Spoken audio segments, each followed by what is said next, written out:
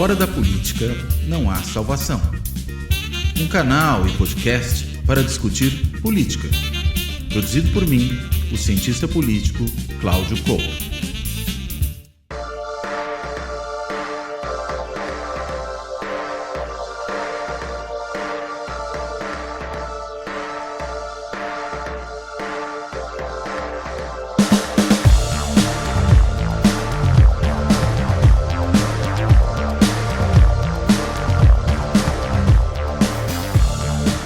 Olá, este Fora da Política Não Há Salvação, agora no formato quinzenal e não mais semanal, vai tratar da questão das relações entre as novas tecnologias, as tecnologias informáticas, de um modo geral, e a democracia. E particularmente num tema que tem ganho muita atenção da discussão pública, ele tem se tornado cada vez um tema mais importante para ser abordado não só no debate público, mas em particular pelas próprias autoridades que têm que se relacionar com questões de regulação da vida coletiva. Por exemplo, no campo eleitoral, a gente vê uma discussão agora sobre como se pode ou não usar a inteligência artificial generativa em particular, nas eleições, né? Será que não há o risco de você botar na boca de alguém coisas que aquela pessoa nunca falou, né? Criando uma voz idêntica dela, ou pior ainda, usando uma imagem que aquela pessoa diz coisas que nunca disse?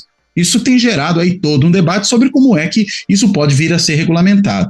Mas essa discussão sobre inteligência artificial e política, ou inteligência artificial e a democracia em especial, ela ultrapassa essa questão. Ela não diz respeito apenas a esse problema de, eventualmente, se criar um outro tipo de fake news ou um outro tipo de discurso sobre o que realmente ocorre na política para fins eleitorais. Ela vai muito além. A gente está falando, por exemplo, da possibilidade da inteligência artificial entrar na formulação de políticas públicas, né, na conformação da nossa vida democrática.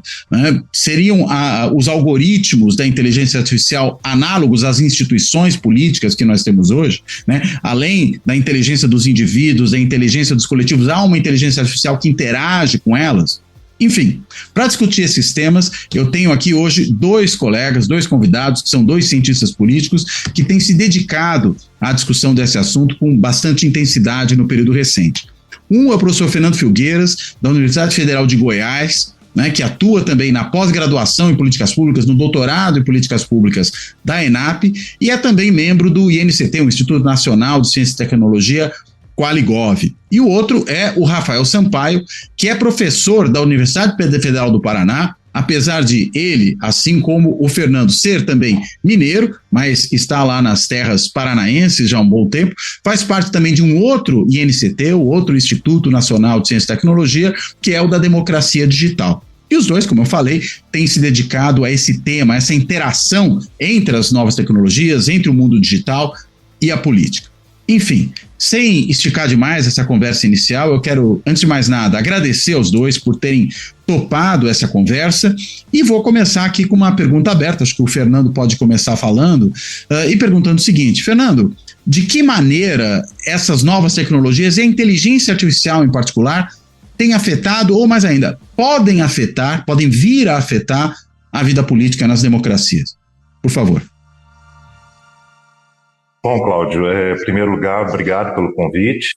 É muito bom estar aqui, sou ouvinte assíduo do podcast.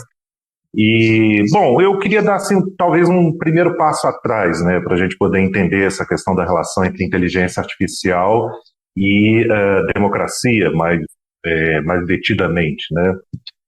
Primeiro, entender o que é inteligência artificial, né? Inteligência artificial são sistemas computacionais que conseguem processar grandes volumes de dados aqui entendidos como números, textos, imagens, vídeos, falas, enfim, tudo, portanto, tem uma possibilidade de virar dados. E são sistemas que têm um grande poder computacional para processar esses dados e produzir alguma coisa, ou seja, realizar um determinado tipo de propósito. O que existe hoje, em primeiro lugar, é uma grande concentração da propriedade desses dados, né? Embora esses dados possam ser utilizados como recursos de uso comum, esses dados hoje eles são apropriados por grandes corporações, as famosas Big Techs, né?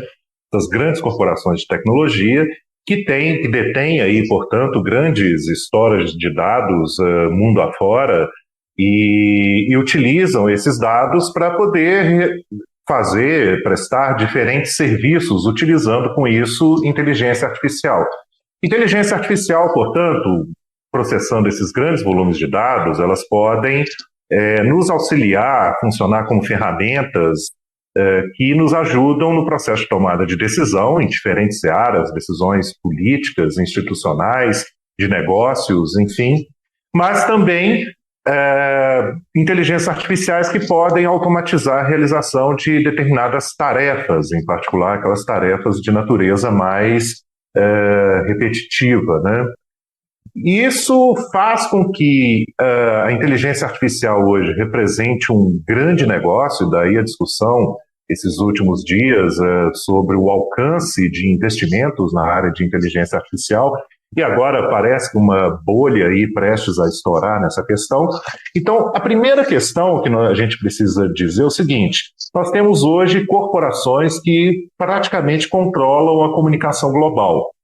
As Big Techs, coletando cada vez mais dados, elas controlam esse meio os meios de comunicação e controlam a informação que é compartilhada globalmente por meio desses sistemas de inteligência artificial. Então, assim, a primeira discussão é uma discussão mais infraestrutural, digamos assim, da democracia, porque a gente tem hoje uma concentração de riqueza, uma concentração corporativa muito grande desse fluxo de informações, uma concentração muito grande dessas tecnologias, o que dá uma vantagem comparativa enorme. Então, o primeiro efeito disso, uma discussão que está presente hoje em muitas dimensões, é, por exemplo, que a inteligência artificial está reinventando novas formas de nacionalismo, ou seja, medidas a partir das quais os países tentam entrar numa corrida pelo domínio desse tipo de tecnologia para enfrentar, digamos assim, essa infraestrutura das grandes corporações. Isso que está presente, por exemplo, no Plano Brasileiro de Inteligência Artificial, quando se fala a ideia de uma nuvem soberana, de uma LLM em língua portuguesa. Então, você tem uma primeira discussão... LLM, o que é, Fernando? Reduzir... São os Large Language Models, né, como que estão embutidos, por exemplo, no ChatGPT ou no Gemini da Google, enfim. Então, são esses grandes modelos de linguagem, né? Daí a ideia de se criar uma LLM em língua portuguesa, por exemplo, que vai apoiar diversos chats que negócios, o governo, enfim, empresas podem utilizar para poder estabelecer essa interação com seus consumidores, com cidadãos, enfim. Então, esse é um primeiro aspecto. Segundo aspecto, tem uma natureza mesmo mais da dimensão do regime político, né? Essas tecnologias, a partir do momento que a gente passa a interagir com elas, em particular as inteligências artificiais, nós vamos tendo aí uma mudança epistêmica no modo de fazer as coisas, né? Uma mudança no modo de pensarmos e agirmos e decidirmos diferentes questões. A gente pode pensar desde um sistema simples, como o sistema de recomendação, por exemplo, da Netflix, que nos recomenda filmes, séries, por exemplo, para quem é assinante da Netflix, e como que isso muda, por exemplo, os padrões de consumo da indústria cultural, de uma forma geral, das questões de áudio e vídeo. Ou podemos pensar de um sentido mais amplo sobre como inteligências artificiais impactam governos. À medida que governos vão utilizando essas inteligências artificiais para formular ou implementar políticas públicas, isso vai tendo um impacto muito grande em questões relativas a direitos, a questões relativas à vigilância dos cidadãos, em questões relativas sobre como essas políticas são implementadas, como que essas políticas são avaliadas, enfim, com informações que são produzidas, processadas a partir dessas inteligências artificiais. Então, são impactos muito diversos no campo da comunicação, no campo das políticas públicas, no campo do regime político, de funcionamento do regime político. Daí toda a discussão do TSE, por exemplo, sobre o uso de imagens produzidas por inteligência artificial em campanhas eleitorais. Essa não é uma discussão específica no Brasil, é uma discussão que o mundo todo está fazendo, porque de fato pode mudar práticas, pode mudar formas a partir das quais nós entendemos, processamos essas informações, a forma segundo a qual nós entendemos o próprio funcionamento do sistema político. Aliás, eu li um texto de vocês, né, não só seu, mas escrito também com outros colegas, né, que você fala, por exemplo, da questão de que algoritmos, né, utilizados nos sistemas, né, de inteligência artificial são comparáveis às instituições que a gente tem no regime democrático, ou no Estado, de modo geral, né, instituições de uma forma mais ampla. Você podia explicar um pouco isso? Porque eu achei muito interessante essa ideia e fiquei aqui imaginando, né? Quer dizer, bem, assim como as instituições de uma democracia são desenhadas pelo Congresso, né, quando aprova leis, ou por uma Assembleia Constituinte, quando formula o fundamento básico da estrutura jurídica do Estado, será que a gente não poderia também imaginar uma situação análoga? Ou seja, quem vai desenhar essas instituições digitais, ou seja, quem tem a representatividade, a legitimidade para desenhar e mais, né? O que vai desenhar? Exatamente. Essa tese é uma tese que eu, o professor Ricardo Fabrino Mendonça, da UFMG, e o professor Virgílio Almeida, que é professor da Ciência da Computação, da UFMG também, desenvolvemos um livro que foi publicado recentemente pela Oxford University Press, que é Algorithmic Institutionalismo. E qual que é a tese? Bom, tentando voltar lá nos fundamentos, né? Inteligência artificial é feita de três coisas, né? De dados, de algoritmos e de poder computacional. Poder computacional tem a ver com a infraestrutura, ou seja, megacomputadores que são capazes de processar de uma maneira muito veloz grandes volumes de dados. Dados são representações, digamos assim, sobre a própria natureza física, social, psicológica, né, de pessoas, da sociedade e de diferentes outras coisas que existem na natureza, né? Então, os dados são representações, né? E os algoritmos, em particular, esse é um insight que está presente no famoso texto do Alan Turing, que os algoritmos eles representam uma espécie de livro de regras, a partir dos quais essas representações do mundo que estão nos dados, né, elas são processadas, ou seja, os algoritmos nada mais são do que grandes maneiras de você calcular a partir desses dados para produzir um determinado output, né? Ou seja, são regras, né, são normas a partir das quais, normas, claro, de natureza matemática, né, que, enfim, vão delimitar aí uma forma de conhecimento, né, e a partir desse conhecimento as pessoas vão agir motivadas, portanto, por essas regras que estão incutidas nos algoritmos. Isso funciona mais ou menos como a ideia de instituições, né? Ou seja, por exemplo, vamos imaginar instituições do sistema eleitoral, né? Isso é uma coisa bastante conhecida pela ciência política, como os atores políticos vão moldando as suas estratégias, como eles vão definindo as suas escolhas, as suas preferências, a partir das regras do próprio sistema político, por exemplo, o sistema eleitoral, pensando uma das dimensões do sistema político, né? Então, as estratégias humanas, digamos assim, de ação, elas são definidas a partir dessas regras do jogo que estão ali nas instituições políticas, tais como as conhecemos. Se a gente for pensar fazer esse raciocínio a partir dos algoritmos, a mesma coisa se faz presente.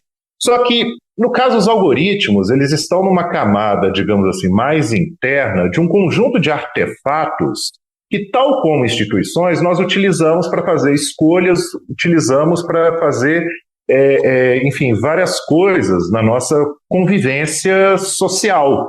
Correto? Então, como eu estava dizendo, desde um algoritmo de recomendação, como o algoritmo da Netflix, por exemplo, que vai delimitar ali as nossas escolhas, vai delimitar o que nós vamos assistir, por exemplo, no que diz respeito ao audiovisual, nós temos, por exemplo, algoritmos que hoje executam funções governamentais extremamente importantes.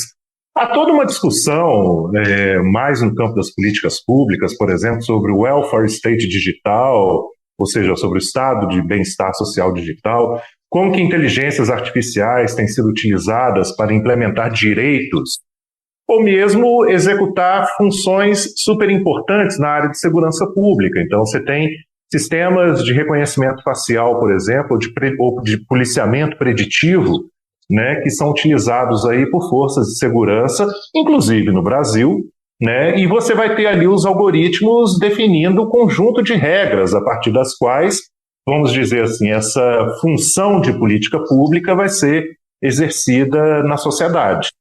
E nós, como humanos, reagimos a esses algoritmos, né? Nós podemos ali ter diferentes dinâmicas em relação a esses algoritmos, desde o modo como vamos moldar os nossos discursos, por exemplo, muitas vezes discursos políticos. Basta pensar, por exemplo, como que a forma de comunicação dos políticos profissionais com a sociedade mudou radicalmente com as mídias sociais, né? E aí a gente pode citar Twitter, Instagram, Facebook, né? E ali você tem incutido diversos algoritmos que vão definir quem tem visibilidade ou não dentro dessas mídias sociais, quem pode falar ou não, e se pode falar, qual é o espaço de fala existente, como essas redes vão se definir, né? E onde que estão definidas essas regras de interação que acontecem nas mídias sociais? Nos algoritmos, né? Como que se define, por exemplo, um algoritmo que vai fazer um escalonamento de direitos, ou em políticas sociais, por exemplo, definir quem tem e quem não tem direito a um determinado benefício social ou a realização de algum tipo de bem coletivo, né? Quando a gente fala em governo digital, por exemplo, são algoritmos que vão fazer isso, né, que vão exercer essas funções. Ou mesmo tarefas dentro da própria burocracia, né? Como, sei lá, tarefas as mais variadas, em muitos sentidos, os algoritmos que vão definir ali as rotinas, os programas de ação que burocratas vão ter que seguir para realizar uma determinada função dentro do Estado, dentro do governo como um todo. Se você pensar, por exemplo, o STF tem investido muito em uso de inteligências artificiais para, em muitos casos, automatizar ou verificar processos ou acelerar a análise de determinados processos judiciais. Ali a gente vai ter um sistema e um conjunto de algoritmos que vão estabelecer as regras a partir das quais esses casos, enfim, judiciais, os mais diversos, vão ser analisados como e em que direção, com quais efeitos para a sociedade. O fato é, tal como uma instituição do sistema político ou da sociedade como um todo, os algoritmos hoje exercem, em um mundo cada vez mais digital, um papel institucional importante, de institucionalização de determinadas práticas, de determinadas ideias, de determinados discursos. Eu acho que o caso da comunicação política talvez possa ser o caso mais óbvio, mais visível, né, sobre como a comunicação dos políticos profissionais se transformou radicalmente nos últimos anos com as redes sociais. E onde é que estão definidas as regras a partir das quais essa comunicação é feita? Nos algoritmos dessas mídias sociais. Então é um pouco esse o argumento de tentar entender essas dinâmicas a partir das quais, em um mundo cada vez mais digitalizado, né, os algoritmos eles vão institucionalizando práticas, eles vão institucionalizando discursos, eles vão institucionalizando formas novas de resistência, por exemplo, maneiras novas a partir das quais nós interagimos diferentemente aí no nosso cotidiano, né? Rafael, por favor. Se quiser embarcar nessa conversa, acho que eu vi que você estava aí fazendo gestos de concordância com o que o Fernando estava falando, né? E acho que vale a pena aprofundar um pouco essa discussão, por favor. Na verdade, primeiro, né, agradecer, né, o convite, Cláudio, também, sou ouvinte assíduo, acho os temas sempre muito relevantes, muito interessantes. Acho que o Fernando já pegou assim, bastante da discussão, talvez o que eu poderia acrescentar, e acho que também ajuda as pessoas a entenderem, como nós, estudiosos de democracia digital, sempre estamos falando, todas essas questões, todas essas discussões não começam agora, não são nem recentes, né? Então, é até engraçado que mesmo antes da internet já se pensava em formas das tecnologias ajudarem a democracia. Então, na década de 80, se pegar até aquele livro, Benjamin Barber, Strong Democracy, está pensando ali em como usar redes de TV a cabo para ajudar a comunicar, né, diferentes grupos. E aí, com a internet em especial, surge muito essa ideia, né? A gente começava a discutir de maneira mais séria toda essa questão dos déficits democráticos, dos problemas da democracia, das entregas não realizadas, né, dos critical citizens, da Philippa Norris. Uhum. E aí a internet parecia aquela panaceia, né? De repente você conecta diretamente as pessoas aos seus representantes políticos, às suas instituições políticas. De certa forma, esse ciclo vai se reinventando, né? Então, no comecinho a internet ainda era meio lenta, meio travada. Aí, justamente como o Fernando estava dizendo, aí surge, que naquele frisson foi o Web 2.0, justamente as redes sociais. Agora sim, né, as pessoas vão poder comunicar, poder conversar, vão poder dialogar diretamente. E, de fato, né, igual a gente estudou, a gente teve um período de democracia digital até bastante interessante pelo mundo, né, especialmente depois da eleição do Obama. E aí começou a se fomentar, por exemplo, a ideia de governo aberto, de dados abertos, de colaboração. Então isso teve um efeito bastante positivo em todo o mundo. No Brasil, por exemplo, a gente teve as consultas digitais do Marco Civil da Internet, a gente teve várias outras consultas bem interessantes, tanto a nível federal quanto a nível estadual. Por exemplo, lá no Rio Grande do Sul teve o Gabinete Digital, que era iniciativa bem interessante de consulta pública, de transparência. Transparência, por sinal, que é um tema que ganhou muita força justamente nesses 15 anos. Mas aí chega um pouco aquilo que o Fernando já estava definindo bem, né? Se desde esse momento a gente já tinha essas empresas como, assim, dominantes nessa questão do discurso público, dos dados, parece que em algum momento elas viram que poderiam pesar mais a mão. Então, vamos dizer assim, a ideia de algoritmos, e se você quiser, até de inteligência artificial, está ali desde o começo, né? Então, ele já aprendiam com o que a gente fazia desde o começo. Essa é a base do negócio deles, né? Então, ver o que você está fazendo e te entregar produtos, publicidade, temas que você gosta, até para você continuar ali engajando, interagindo e afins, né?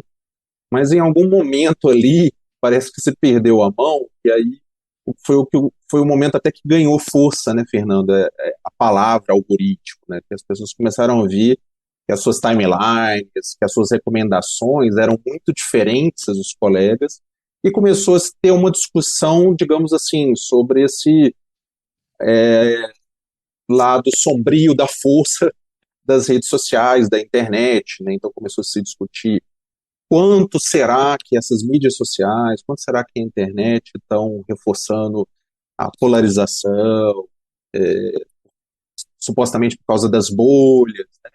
Quanto que elas estão permitindo que esses grupos antidemocráticos se encontrem, se reúnem, se organizem, né? Claro que também teve vários efeitos positivos, né?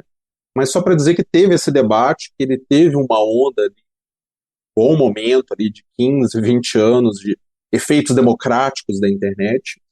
E aí a gente claramente, talvez a gente possa até marcar, já que eu coloquei uma eleição do Obama como marcar positivo, a eleição do Trump, que aí começam a entrar novas palavras, novos problemas, fake news, desinformação, negacionismo. São coisas que não que essas coisas não existissem antes, mas que elas passaram a dominar as discussões políticas, o imaginário, o regramento. E aí, por mais que a ideia de as aplicações, as ideias, por exemplo, o próprio Fernando pesquisa inteligência artificial há muitos anos, né? Me parece que o que teve também foi um hype, justamente por causa do ChatGPT, em 2023, então isso balançou, digamos, todas as estruturas da sociedade, e de repente você tinha ali uma máquina realmente capaz de emular o ser humano em várias tarefas, né?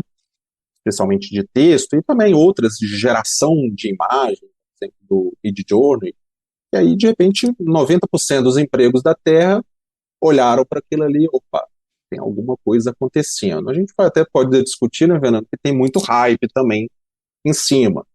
Mas aí passou a se ter essa coisa, né? Todo produto, para ser inovador, tem que ter AI, toda política pública, para ser inovadora, tem que ter AI, né?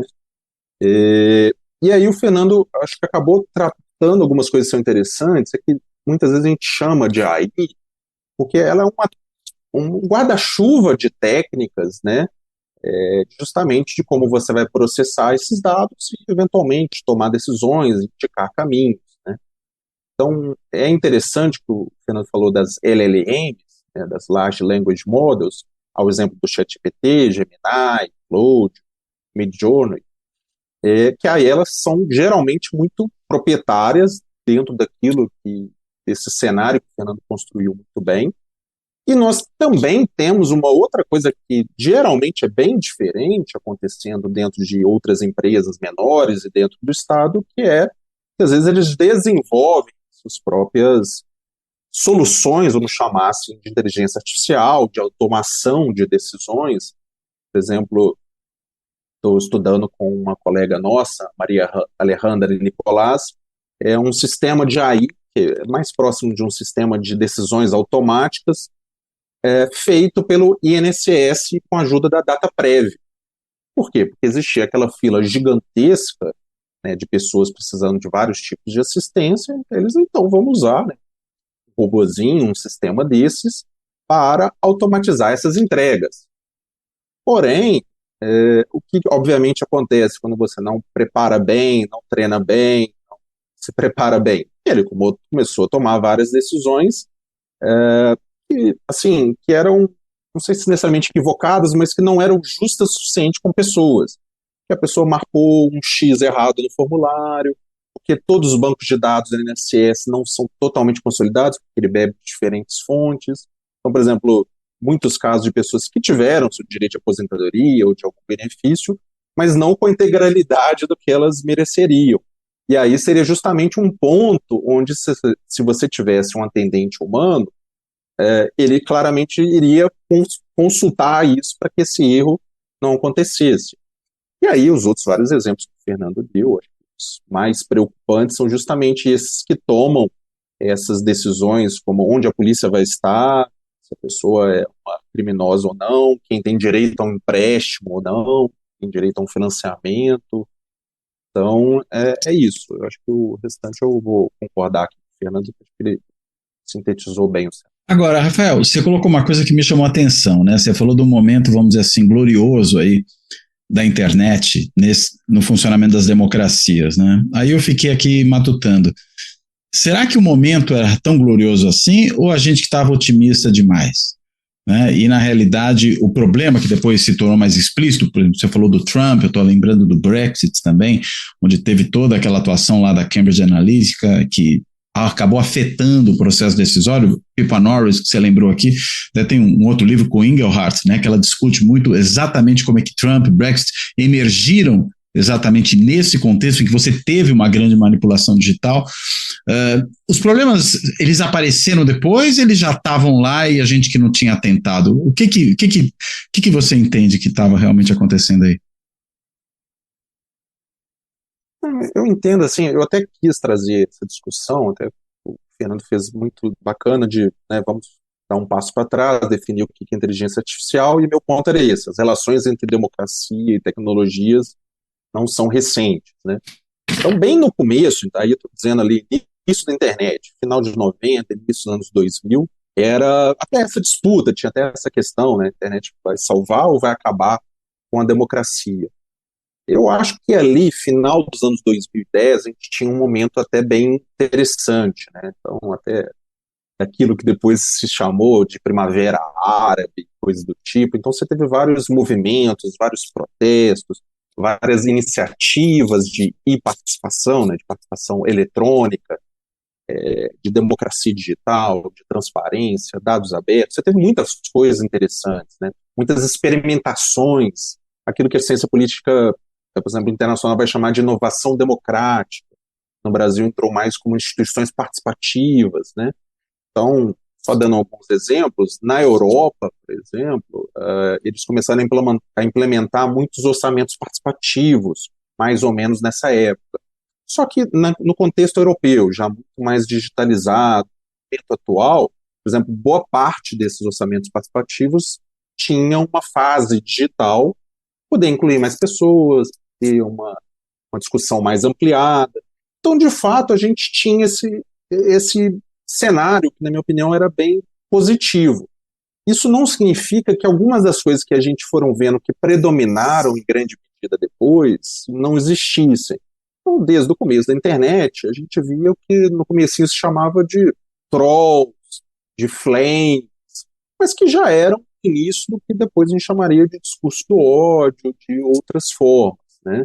Então, tem discussões, se eram, por exemplo, discussões rudes ou incivis, né? Então, tinha toda uma literatura, inclusive, sobre deliberação online, dá para ter boas conversas nas redes, nos comentários de jornais. Então, eu estudei muito isso, assim. Tinha resultados interessantes, assim, você via que, às vezes, as pessoas eram desrespeitosas, mas, assim, eram rudes, né? Mas, por exemplo, tentavam argumentar para convencer os outros, né? E aí me parece que justamente a internet vai mudando, a sociedade também, né? Isso é óbvio, né? Nós tivemos uma mudança paradigmática em várias questões econômicas, sociais, né? Então, até um autor que é bem interessante, que ele tenta fazer essa questão de dizer, vamos tirar o problema da internet, que é o Morozov, que veio no Brasil ano passado, não, os problemas estão mais relacionados, na verdade, à economia, à política, né? Então, só pôde surgir uma Uber que desregularizou os empregos, porque anteriormente teve, né, algum tipo de desregularização dos empregos, algum tipo de flexibilização. Então, nesse movimento societal, com esse movimento desses grandes players, dessas big techs, eu acho que foi juntando ali a fome com a vontade de comer, mas para o pior sentido possível, né? E aí, só para finalizar, eu quero ouvir o Fernando também, teve uma questão muito interessante, porque se dizia em algum momento que esses ambientes eram naturais da esquerda, né? A esquerda que sabe fazer movimentos, a esquerda que sabe utilizar, e na verdade a esquerda era péssima para fazer isso, né? E interessantemente, aquilo que o Fernando estava falando dos algoritmos, das instituições, a extrema-direita, uma parte da direita, mas especialmente a extrema-direita, notou que esses meios eram muito propícios, né? Você fazer gritarias, você fazer lives, você fazer acontecimentos polêmicos, falsos, davam ainda mais engajamento, né? Então esses meios casaram como luva para esses grupos, né? Então foi, digamos assim, na minha visão, um pouquinho de tudo. Não que não estivesse acontecendo, mas teve ali aquele momento de, não, vamos tomar os meios agora e fazer deles nossos para essas nossas causas antidemocráticas. Eu quero dar um passinho atrás e voltar para um tema que o Fernando tratou logo no começo da intervenção dele, né, quando ele falou da questão do uso que as grandes empresas, as grandes corporações da área de tecnologia, as big techs, fazem dos dados, né? E a gente tem todo um debate aí que se trava em torno disso, né? A quem pertencem esses dados? Eu vou permitir que eu compartilhe meus dados, né, com eles ou não, né? Você tem muitas vezes aquela advertência, né? Você está autorizando, não está autorizando, né? E até tem um dito aí que as pessoas têm repetido, né? Que é bem, se um produto é de graça, na realidade o produto é você, né? As pessoas falam, ou seja, você está entregando essa informação de bandeja para eles. Porque isso envolve uma relação de poder, né? Acho que essa é a grande questão. Ou seja, a gente tem grandes corporações que, para além do poderio, eu vou dizer aqui, pura e simplesmente econômico, que já é uma coisa significativa, né, e é desde sempre, nas corporações ainda, digamos, vou chamar aqui pré-digitais, as grandes empresas já tinham essa importância grande. Agora, para além disso, que elas também têm, elas têm um outro tipo de poder, que é o poder de moldar corações e mentes, né, e numa dimensão muito superior àquela que, por exemplo, a mídia tradicional fazia, né, que a imprensa tradicional fazia, e que a indústria cultural fazia. A gente está falando de uma outra coisa. É realimentar a bolha, é ter as informações mais precisas, mais exatas sobre você, ao ponto de direcionar para você uma informação completamente customizada daquilo que vai produzir em você um certo tipo de comportamento, né, de te levar a se agregar com um certo grupo, ou te oferecer muito de uma coisa e te ocultar muito da outra. Isso é compatível com... A gente discutia até alguns anos atrás, né? Estou pensando lá nos anos 90, se a globalização era compatível com a democracia. Me parece que a gente está alguns furos acima nesse momento, não, Fernando? Tem uma expressão, tem um ramo de estudo, digamos assim, das tecnologias digitais que estão mais ligadas à área de business, à área de negócios, né? E tem uma expressão que eu acho que talvez é melhor do que essa de que o produto é você, né? É o fato de que as mídias sociais, elas não apenas conhecem as suas preferências, né? Isso tem a ver com a ideia de preferências, né? Que já é por si só uma questão política por definição, né? A questão das preferências. Esses sistemas, enfim, essas interfaces a partir das quais nós interagimos digitalmente, elas não apenas conhecem as suas preferências, processam as suas preferências, definem o seu perfil, mas elas definem também o que você deve querer, o que você deve pensar, né? É um passo que, digamos, quem você vai está votar. além. Exato, em quem você vai votar, quem é mais visível para você, que tipo de discurso político vai se tornar o seu preferido, digamos assim. De novo, daí essa ideia, né? Como é que isso é processado? Isso é processado por sistemas altamente sofisticados, com algoritmos muito, muito sofisticados, que vão fazendo esses cálculos, vão definindo esses perfis e vão armazenando cada vez mais informações. E esse é um caminho muito difícil, porque nesse mundo contemporâneo, que assim, genericamente nós chamamos de mundo digital, ambiente digital, enfim, ecossistema digital, seja lá como a gente queira chamar e dar nome a isso, os dados são talvez os recursos mais importantes que há, né? E, de modo geral, as democracias, em particular, elas têm, nos últimos anos, tem surgido aí uma onda de leis de proteção de dados e da privacidade como um tipo de resposta a isso, né? Em geral, essas leis de proteção de dados, de privacidade, vão estabelecer que os dados são de propriedade da pessoa natural, né? E a pessoa natural, ela tem autonomia para poder compartilhar os seus dados ou não. E para isso, digamos assim, o que esses marcos, esses frameworks, digamos assim, de proteção de dados vão definir é que para exercer a autonomia você precisa ter ali aqueles mecanismos que você aceita ou não compartilhar dados com aquela interface, né, que vai dizer para você ali, em termos jurídicos muito longos, né, com letras miúdas, digamos assim, o que vai ser coletado sobre você, o que vai ser compartilhado sobre você, como seu perfil vai ser construído. Na prática, isso é muito complicado, né, porque significa que se eu não aceito, digamos, aqueles termos, e se eu estou ali exercendo o meu direito de cidadão de autonomamente fazer essa escolha, né, eu fico também de fora do mundo digital, né? Exatamente por isso, porque essas grandes corporações controlam essa infraestrutura, né? Essa infraestrutura e que os recursos principais para isso são os dados, né? E então, dados circulam livremente e também internacionalmente sem que a gente tenha o menor tipo de controle sobre isso, né? E isso vai ter implicações muito, muito diversas, desde questões, como foi demonstrada a relação entre o Facebook e o Brexit, por exemplo, no Reino Unido, ou mesmo questões governamentais que envolvam espionagem, que envolvam diferentes questões aí relativas à economia, à política e à própria sociedade. A gente viu recentemente os Estados Unidos proibindo o TikTok se ele se mantiver como uma empresa chinesa, né? Que estaria pegando informações dos cidadãos americanos. Né? Exatamente. Então, é todo um contexto que essas tecnologias emergem, né? Tanto do ponto de vista dos impactos políticos, das questões, digamos assim, dentro do pacote de segurança nacional, né? Há questões, por exemplo, relativas a questões de comércio, a questões de mercado. A China, por outro lado, tem o famoso Great Firewall, né? Ou seja, um muro que separa a internet da China da internet do restante do mundo.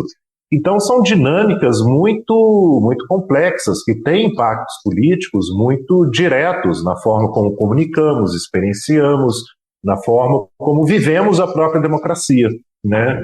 E isso, obviamente, tem um impacto muito, muito grande, chama uma discussão política muito grande para a qual os cidadãos não só não estão preparados, digamos assim, para construir as respostas adequadas a esse contexto, como também o próprio sistema político se torna um tanto quanto refém desse processo, né?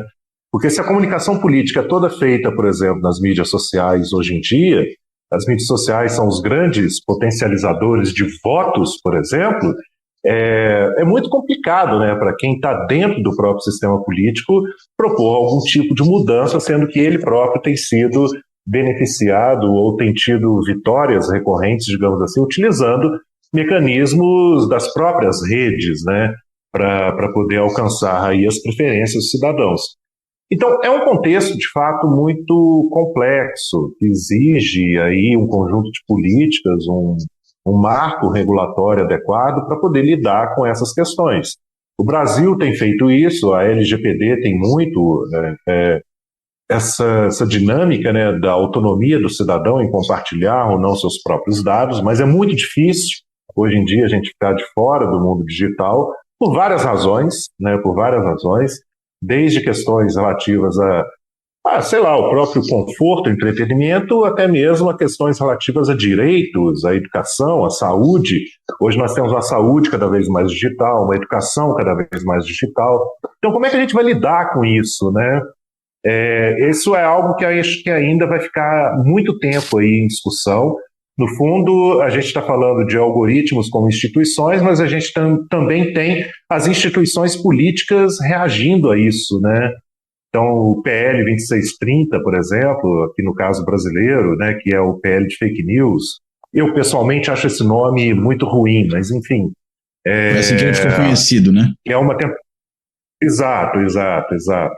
Eu acho que já é uma reação a isso, o PL de inteligência artificial já é uma reação a isso, mas ainda muito incerta, num contexto de muitas incertezas, né, com as quais a gente lida.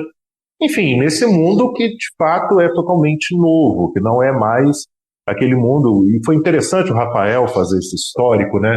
Não é mais aquele mundo, digamos assim, que a internet seria um espaço de liberdade, de livre expressão, enfim, que a gente poderia lá colocar a conspiração que quisesse.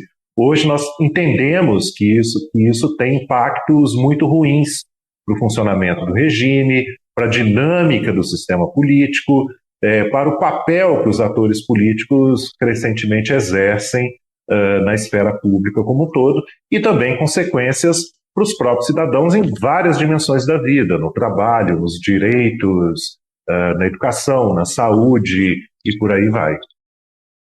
Aliás, isso me leva de volta por uma questão que o Rafael falou, quando ele falou daquele momento de campos, que eu chamei aqui de glorioso, né, da internet na sua relação com a democracia.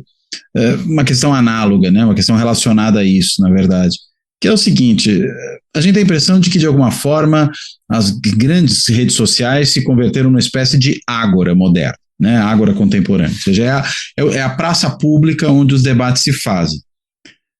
Mas, acho que tem um porém aí, né? Vou usar aqui fazer uma comparação, né? Você usar esse espaço como espaço público de debate, em vez dos espaços, podemos assim dizer, tradicionais, ou da ágora tradicional, é mais ou menos como você, em vez de dar uma volta no parque, você dá uma volta no shopping, né? Digamos, você está num espaço privado, ainda que aberto ao público, ainda que de alguma forma, né, público em algum sentido, mas num sentido muito particular, né? Não é exatamente público, né? Como é que fica, né, Rafael, diante desse contexto, né? Isso se converter num espaço público, né? Essa é uma questão bem interessante, porque, na verdade, esse era um grande desafio nesse momento mais glorioso. Por quê? Porque o que acontece? Por exemplo, eu citei algumas consultas públicas, citei instrumentos de participação, e é o exemplo, né, porque qual que era um pouco da teoria? Querendo ou não, existem muitas dificuldades, existe um custo de participação muito alto para participação presencial, inclusive custos assim geográficos e temporais. Então, para você estar lá presente, vamos dizer, num orçamento participativo presencial, teria que se deslocar para o local, teria que ter tempo, se você tem filhos, poderia ser mais difícil. Então, assim, também lá no começo, um pouquinho da expectativa era, talvez possamos baixar esses custos para esses diferentes cidadãos, eles vão ter esse acesso mais facilitado, e quem sabe possamos aí fomentar, né, essa participação, esse envolvimento, esse engajamento, né? Porém, o que se percebeu nesses instrumentos participativos é que eles também, digitais, né, é que eles também eram esvaziados. Você fazia uma mega consulta pública que ia afetar uma coisa muito importante para a sua vida. Pouquíssimas pessoas. Aí alguém jogava uma treta no Facebook e plá, explodia, todo mundo comentando. Então, assim, era uma grande questão ali, né? Então, por que as pessoas estão tão dispostas a participar nas redes sociais, a debater, a tentar se convencer, de certa forma, até tentar calar uns aos outros, e quando você tem um espaço desenhado para participação, que efetivamente poderia, inclusive, ter uma influência política real, né? Por que as pessoas não participavam? Então, eu creio, assim, não sei se o Fernando vai concordar, que os gestores públicos ficaram muito, e agora? O que fazemos então?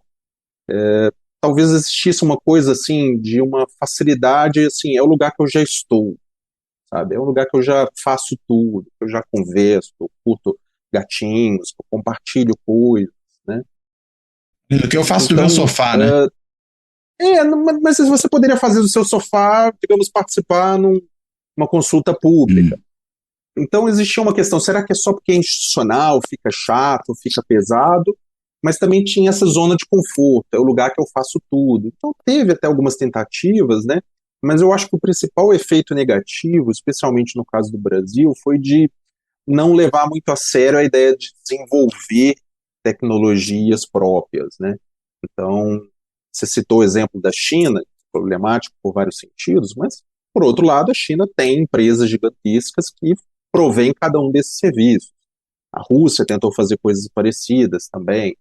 E nós não temos absolutamente nada parecido com isso, né? Então a gente está vendo agora essa discussão que aconteceu de ministros do STF, né, de assessores de ministros do STF que trocam mensagens no Zap, já tivemos da Vaza Jato que trocavam, né, no outro No comunicador. Telegram, né? No Telegram. E você vê que assim, a gente, por mais que o WhatsApp seja inacreditavelmente usado, a gente não tem nem perigo de ter alguma coisa brasileira. Não necessariamente do governo, mas assim, sequer se cogita isso, né? Então, eu acho que uma coisa negativa, quando ainda não tinha esse predomínio tão claro, tão forte, já existia, claro, mas não tão forte, assim, dos algoritmos, foi do governo, beleza, né? De novo, eu sinto que o corte foi justamente nesses dois eventos que vocês mencionaram. Foi a eleição do Trump e o Brexit. Que, digamos assim, aí afetou, digamos, o coração do império, né?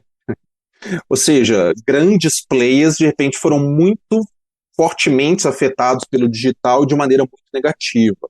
Então, essa agenda também cresceu muito também nos Estados Unidos, Europa e outros lugares, né? Então, eu concordo com o Fernando que aí governantes, instituições políticas ficam extremamente numa situação difícil. E a gente não está falando só, são big techs, elas são muito ricas, têm muito dinheiro, que elas têm, né? Está falando de empresas que têm um lucro anual maior que o PIB de maior parte dos países do mundo. É uma coisa realmente Você está assustadora. falando do lucro, não é nem Mas do que isso? faturamento, né? É o que sobra, né? Sim, sim. Mas, assim, empresa de US$ 1 trilhão, não, eu diria que até o faturamento geral. Assim, US$ 1 trilhão, isso é maior que o PIB de 90% dos países, né? E, e aí o ponto é esse, né? Como é que você regula esse tipo de empresa? Porque só uma corporação que influencia, igual o Fernando falou bem, todos os aspectos da sua vida, basicamente todos, né? O Fernando estava dizendo importância na educação, importância na saúde, importância até para onde você vai, né? Quando você usa o seu Google Maps, o seu Waze. Então, todos os aspectos da sua vida estão fortemente digitais. E se eles estão fortemente digitais, tem uma empresa grande por trás. E uma empresa que não é brasileira. Então, até o Brasil tem uma situação que eu acho interessante, que como ele tem um mercado muito muito grande, né, tem um número de usuários grandes e os brasileiros usam muito, especialmente redes sociais, isso nos dá um pouquinho mais de poder de negociar. Então eu já ouvi histórias, não sei se o Fernando já ouviu algo assim, que quando a Argentina, vamos dizer assim, vamos conversar aqui, Google, Facebook, Meta, não sei quem, eles sequer vão para a mesa.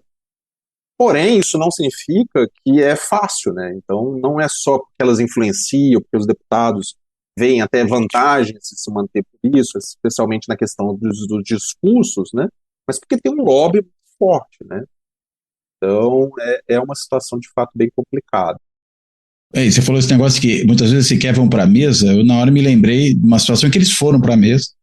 Aqui no Brasil, quando a gente teve um daqueles episódios ali de atentado em escola, né, e foram chamados a uma conversa no Ministério da Justiça, e a advogada do Twitter, ou X, sei lá como é que a gente pode chamar isso, falou que não teria qualquer política voltada a evitar esse tipo de estímulo, né, a ações dessa natureza, porque isso violaria os seus termos de uso. Né? Um absurdo. Mas só para finalizar, então, Fernando, é isso, por exemplo, o X é um bom exemplo, né? Então, de repente, um bilionário compra uma rede social que naquele momento tinha ainda, por mais que não tivesse tantos usuários, uma função importantíssima de comunicação política, de informação, de jornalistas se conectarem a políticos, se conectarem a celebridades e afins, e aí ele transforma, digamos, no que ele quer, sem nenhuma restrição. Um brinquedo pessoal. Então, o X, hoje em dia, é um brinquedo pessoal, permite, assim, não vou nem dizer discurso de ódio, é discurso nazista tá rolando, sabe, e sem controle. Então ele tá ferindo não só a lei brasileira, mas basicamente diversas leis pelo mundo de uma maneira absurda. O próprio Telegram tem esse problema, ele estava inclusive se recusando a atender ordens durante as eleições, não tinha escritório no Brasil. Então, assim, a gente acaba ficando refém desses players, que são players muito grandes, né? E também, como o Fernando, não vejo uma solução ainda fácil e rápida no horizonte. Agora, e como resistir a isso? Né? Eu estou pensando aqui, o Fernando, né, num artigo dele com o Ricardo Fabrino, também fala de uma outra coisa interessante, que é que vocês chamam ali de infrapolítica, né? Que, enfim, se refere a outras formas também de resistência que já se ficaram no passado, não necessariamente no mundo digital, mas que ocorrem também no mundo digital, né? Você pode falar um pouco disso? Eu achei uma discussão muito interessante para pensar essa nossa relação em termos de poder, né, com essas grandes corporações e com o mundo que elas criam. Sim, sim. Bom, em primeiro lugar, sim, Cláudio, eu gostei da sua metáfora, né? E eu acho que isso tem a ver com a coisa da resistência.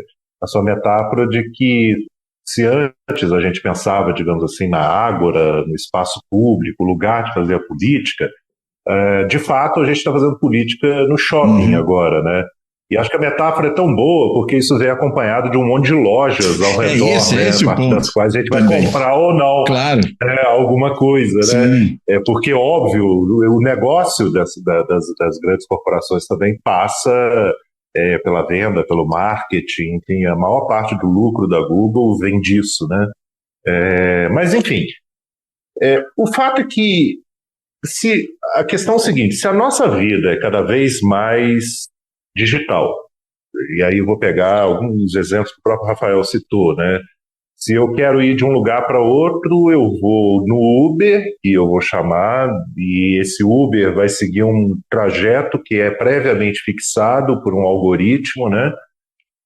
Que vai definir ali, digamos, a própria questão de como a gente usa o espaço público, a infraestrutura pública, né? Ou se eu tenho governos, se eu tenho corporações utilizando essas tecnologias para realizar diferentes tarefas, para tomar decisão. O fato é que a nossa vida é cada vez mais digital, o Estado é cada vez mais digital, e evidentemente, considerando exatamente a ideia de que os algoritmos são instituições e que essas instituições vão institucionalizar práticas, maneiras pelas quais nós decidimos, experimentamos diferentes coisas, nós também podemos resistir a elas, né? Democracia também é feita, né, não, obviamente não só, mas também é feita com muitas formas de resistência, né? E existem hoje diferentes movimentos sociais que vão pensar em diferentes estratégias para essa resistência.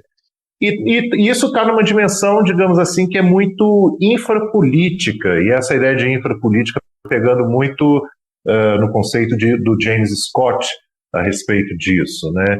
Que é a ideia de pensar coisas cotidianas que nós fazemos que pode nos ajudar a resistir a determinadas instituições, resistir digamos assim, a diferentes formas de tomada de decisão, a diferentes formas de realização de tarefas. São coisas que nós fazemos muitas vezes aleatoriamente, não necessariamente de maneira organizada, mas que estão nessa dimensão infrapolítica, essa dimensão do cotidiano, né? Porque, igual, por exemplo, em muitas manifestações hoje, manifestações diferentes, com diferentes pautas, né? É muito comum a polícia utilizar câmeras. Então, as pessoas em situações de manifestações, hoje existem, se você procurar no YouTube, existe até, digamos assim, receitas de como você deve se maquiar para ir para uma manifestação, para não ser reconhecido por um sistema de inteligência artificial, por exemplo. Então, como que você faz essa maquiagem? Existem aí diferentes receitas, é uma coisa muito interessante até mesmo se ver, né? Ou, às vezes, questões mais sérias, né? Como, por exemplo, o uso da Deep Web. Na Deep Web, que é uma camada mais profunda, digamos assim. O que é a Deep Web, né? Na verdade, é um tipo de conexão, é uma internet que você não tem o controle de IP. Logo, todo o conteúdo ali ele não é necessariamente rastreável, né? Isso é uma forma de você evitar censura. Então, daí, muitas vezes, pessoas de má fé utilizam, por exemplo, a Deep Web para pornografia, ou às vezes até questões... Pornografia infantil, né? Você está pensando aí, provavelmente. Sim, pornografia infantil. É bom lembrar que a pornografia é o que mais ocupa o fluxo de dados na internet. Aí, em geral, não só essa pornografia infantil. Em geral, não só na Deep Web, não. Em geral, é a pornografia que reina, digamos assim, na internet, né? Ela que ocupa o maior fluxo de dados. Mas, independentemente disso, utilizar a Deep Web é uma forma da gente uma forma de resistir a esse controle, né? Que o próprio Estado tem em relação a essas maneiras de comunicação, porque tudo que a gente está fazendo na internet é rastreável a partir do nosso IP, né, a partir dos protocolos, a partir das trocas de dados que nós realizamos aí no nosso cotidiano.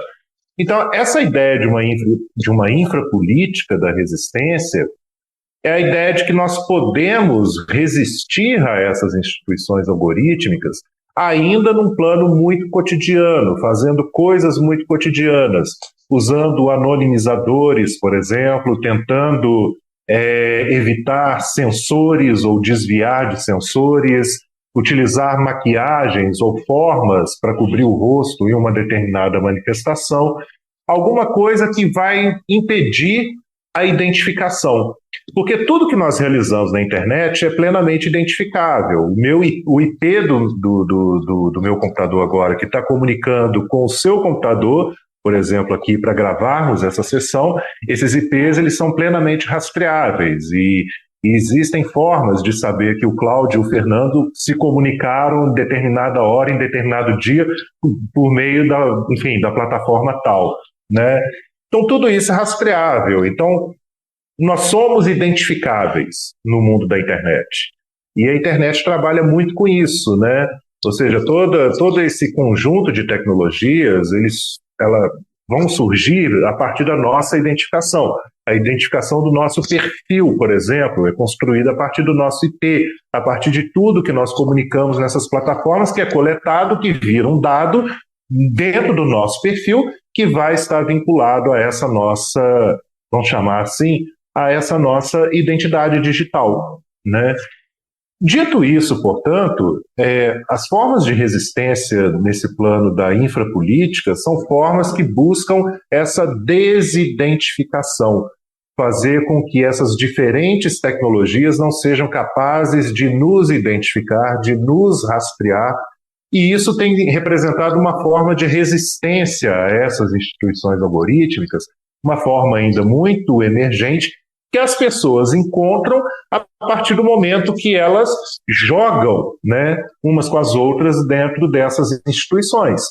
Então, essa questão do jogo, essa questão dessa interação com essas plataformas, com essas interfaces, é um elemento muito importante para a gente entender muitas questões relativas enfim, às relações de poder no mundo contemporâneo. Então, tentar se desidentificar, buscar mecanismos de desidentificação, é uma forma de resistir, ao fim e ao cabo, a esse poder político dessas grandes plataformas, dessas grandes redes, dessas grandes corporações, né, que utilizam nossos dados aí para fins diversos, né, o tempo todo.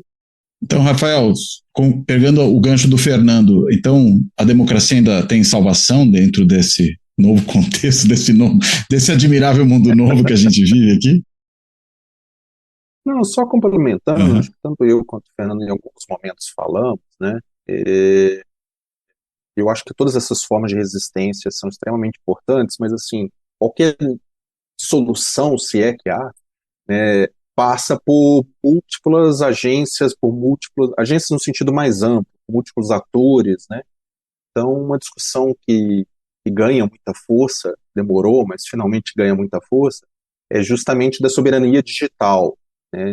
Então, talvez não só, e acho que tudo isso que o Fernando falou não é desimportante, é importantíssimo, na verdade, mas as próprias instituições terem essas preocupações, né?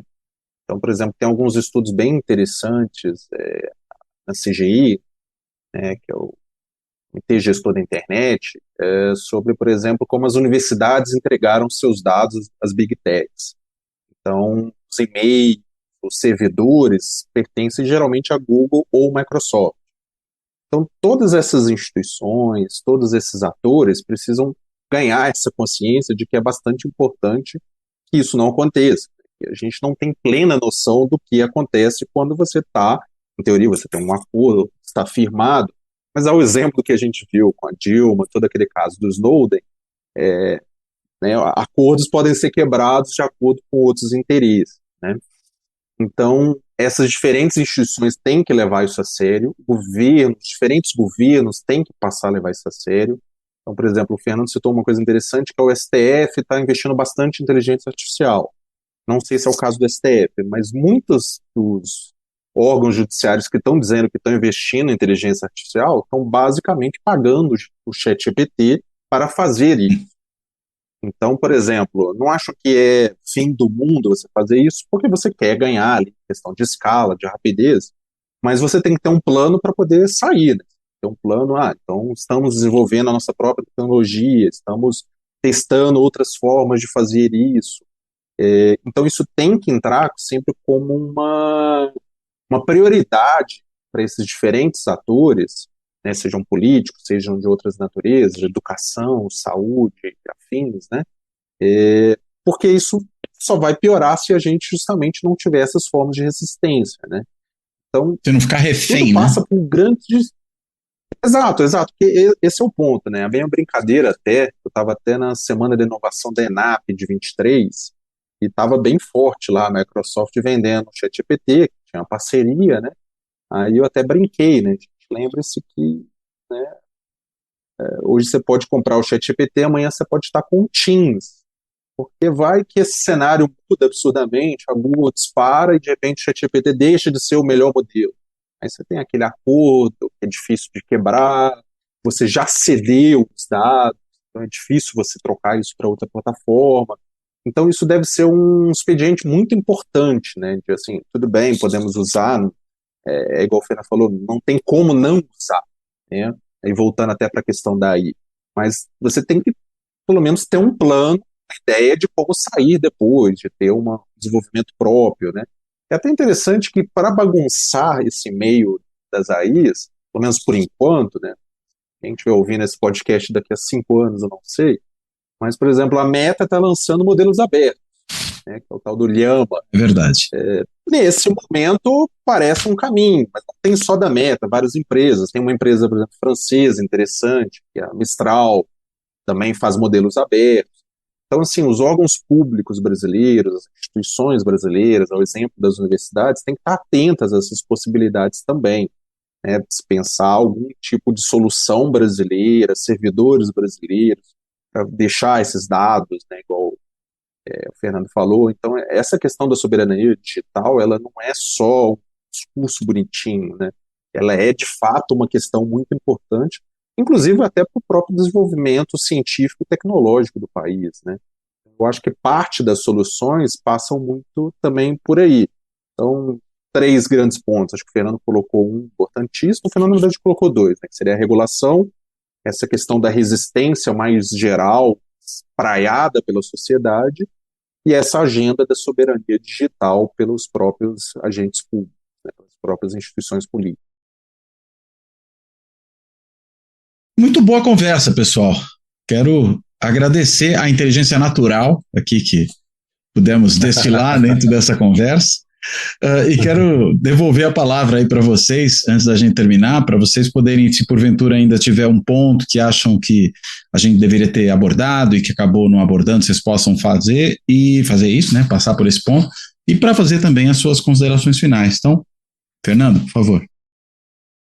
Bom, Cláudio, queria mais uma vez agradecer a participação aqui. Acho que essa conversa, evidentemente, é uma conversa muito complexa, né, que precisa ser ainda expandida. O fato é que o último ponto assim, que eu acho que é importante abordar é a questão da democracia, né? Porque se a gente vive num mundo cada vez mais digital, essa pergunta eu acho que é uma pergunta extremamente importante. Como é que fica a democracia nisso, né? Os impactos estão aí. O fato é que mudamos as dinâmicas democráticas radicalmente, né, a partir dessas tecnologias, a partir dessas novas ferramentas, digamos assim, que estão à nossa disposição. Então, eu acho que o caminho é exatamente pensar a maior descentralização da propriedade dessas tecnologias, pensar cada vez mais em tecnologias abertas, pensar essa questão da soberania digital que o Rafael colocou aqui muito bem lembrado. Essa questão da soberania digital, por exemplo, como que algumas semanas atrás, né, o caso da CrowdStrike, ou seja, uma atualização equivocada de um antivírus, afetou todo o sistema da Microsoft e, por sua vez, derrubou aeroportos, bagunçou o funcionamento de governos mundo afora, sim, né? Como uma coisa muito simples. Mostra o grau de dependência, né? E assim, mostra o grau de dependência em relação a isso. Mas eu acho que muito mais do que essa questão, a gente precisa pensar a democracia mesmo numa espécie de mundo novo, né? Como que a gente precisa repensar a questão da liberdade, dentro da liberdade, a própria questão da liberdade de expressão, como que a gente repensa a accountability, ou seja, quem é que se responsabiliza pelo desenvolvimento dessas tecnologias, como e por quê, né? Essa é uma questão também muito, muito importante que a gente precisa estar atento. Como é que a gente amplia a transparência desses processos, desse formato novo de tomada de decisão? Ou seja, precisamos muito construir conhecimento sobre isso, né? Para pensar aí em intervenções de fato que sejam mais efetivas, mais produtivas e melhor para a sociedade como um todo. Iniciativas têm surgido mundo afora, isso é importante ser dito também, mas ainda muito experimentais e que, de fato, precisa aí de um engajamento das diferentes áreas de conhecimento para tentar entender esse processo né, e repensar, digamos assim, de fato, como usamos, por que usamos enfim, quais são as consequências disso e como que a gente pode, de certa maneira, pensar respostas a todo esse conjunto de problemas que são problemas reais e para os quais a gente precisa pensar aí diferentes intervenções, novas instituições, novas práticas, sobretudo tendo como referência a própria ideia de democracia. Bom, obrigado, Fernando. Rafael, por favor. Perfeito. Obrigado novamente aí, Cláudio, pelo convite, Fernando, pela discussão que foi interessantíssima. Eu concordo com tudo que o Fernando falou. Eu acho que, assim, talvez a única coisa que eu acrescentasse justamente nessa seara, e aí talvez trazendo até aqui, né, os três aqui atuando na ciência política, um podcast bastante ouvido também pelos colegas da área, né, então talvez uma questão seja justamente a ciência política, estudiosos da política de maneira geral, passarem eu acho que a chave já virou, né? Então a internet todo mundo já percebe que é muito importante, mas talvez menos só como uma variável que você coloca ali nos seus modelos, mas uma coisa que realmente está modulando diversos aspectos da política, seja ela mais formal, seja essa mais informal, diversos aspectos da sociedade, né? Então, que isso tem que entrar, digamos assim, nas grandes discussões, nas grandes mesas, porque só vai ficar cada vez mais importante, até por isso que a gente, né, por tudo que a gente está vendo dessas diferentes ameaças democráticas. E para finalizar mesmo, eu sou sempre um entusiasta da democracia digital, né?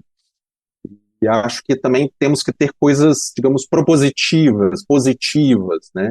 Então, claro que a gente tem que, né, a gente montou o nosso bunker ali, a gente fez a nossa defesa, mas, assim, igual o Fernando está falando de imaginar novas instituições, novas regras, novas formas, isso inclui também digital naturalmente, né? De você pensar justamente todos esses déficits democráticos também tem a ver, continuam tendo a ver com as pessoas não se sentirem representadas, não terem chance de falar. Então, nada disso foi resolvido. Foram outros problemas que foram surgindo. Então, não que necessariamente isso tenha que passar pelo digital, mas, assim, a gente também pensar em imaginar outras coisas, outras formas de utilizar essas tecnologias.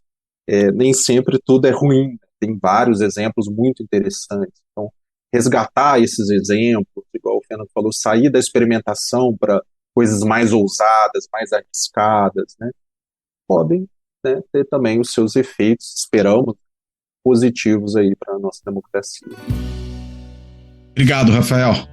Bem, quero aqui então fechar esse episódio agradecendo aos dois, agradecendo ao Fernando e ao Rafael por essa ótima conversa, tremendamente esclarecedora dessa situação ainda que acho que a gente tem muita dificuldade de entender, né, em que mundo está entrando, então é importante ter mais informação e uma análise que nos permita compreender o que é isso. Bem, e quero, além de agradecer aos dois, como sempre faço também aqui no fechamento, agradecer a todo mundo que tem acompanhado Fora da Política Não Há Salvação, seja no canal do YouTube, seja no podcast, que, lembrando, está disponível em mais de 20 plataformas de áudio, ou ainda também agradecer a todo mundo que tem contribuído aqui com o projeto do canal por um dos instrumentos disponíveis para isso, todos no mundo digital, diga-se de passagem, né?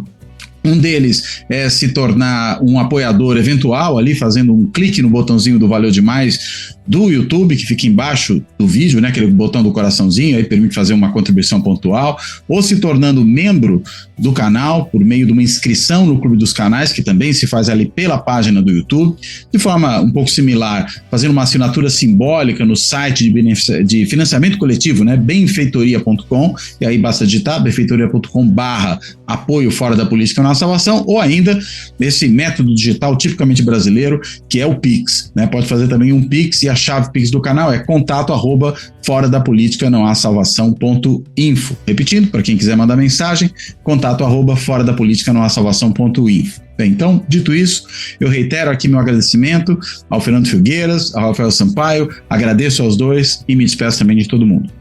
Até a próxima.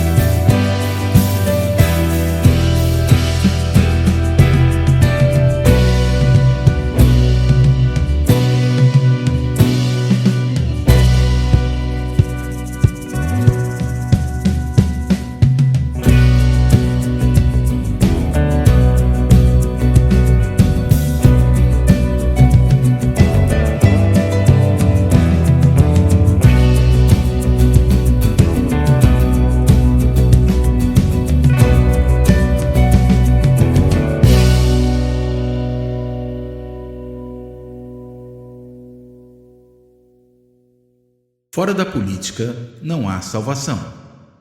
Um canal e podcast para discutir política. Produzido por mim, o cientista político Cláudio Couto.